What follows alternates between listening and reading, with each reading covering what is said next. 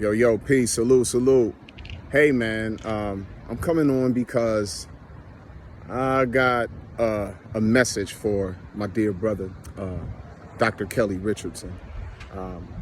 Good brother to me. No issues between us over the past few years. Once or twice, he's even come on my platform. We've been on Sister E's platform with each other many times. I really like the pastor. I don't have an issue with him. And of course, we may not agree fully on doctrine, and that's fine. There's no one who I love dearly even that I might agree with every single thing biblically. But I was kind of disturbed because I saw a post that Dr. Kelly had put up on his page about Paul never having called himself a Jew nor Jewish and stuff like that. And when I seen it, I was like, that's interesting. I don't think that's correct. And so I commented, on a YouTube page. Now, this is the thing. Y'all know Pastor Kelly puts up posts all the time. And I know he can admit Zadok has agreed with a lot of things I posted, has even left, edifying and supporting comments like, hey, Doc, that was a real good breakdown. Salute, blah, blah, blah. So when it comes to a counter view, and then he responds, and I respond in kind and say, well, doctor, I think that you off. And I understand your conclusion and you have the right to it, but I think that the way that you're going about it is short-sighted.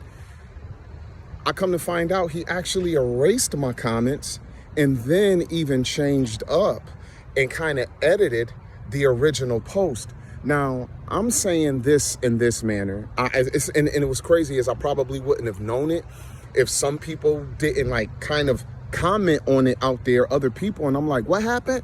And so when I went back and looked and I saw that he got rid of my comments, I'm like, dang, Pastor Kelly, are we in the business where, hey, when you comment on my post as a fellow teacher, see, this is the thing. I respect Pastor Kelly more than most because he's actually a pastor. He leads a congregation. He's discipling people. Whether I agree with everything he teaches or not, or he agrees with everything I teach or not, I respect men who dedicate their lives. You got a career, you got a family, stuff like that, and you give your time to people in a brick and mortar location.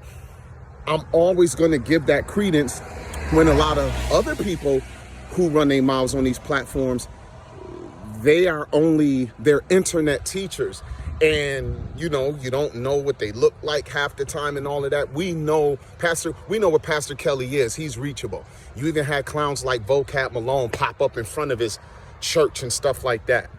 So what I'm saying is, like myself, he's actually a pastor. He's probably baptizing people in real life, like people bring their families before him, stuff like that, just like myself.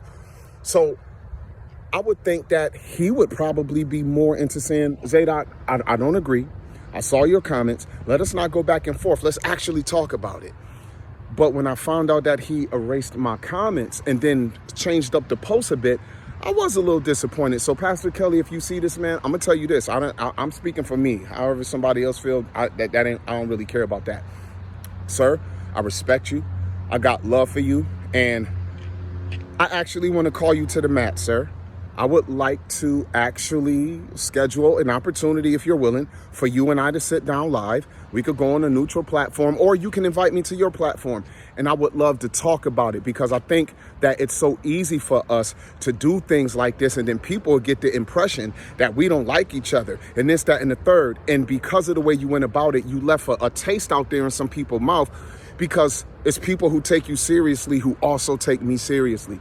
And so instead of me getting in a flip about it or leaving some kind of slick comment, I don't do that. I don't throw rocks and hide my hands.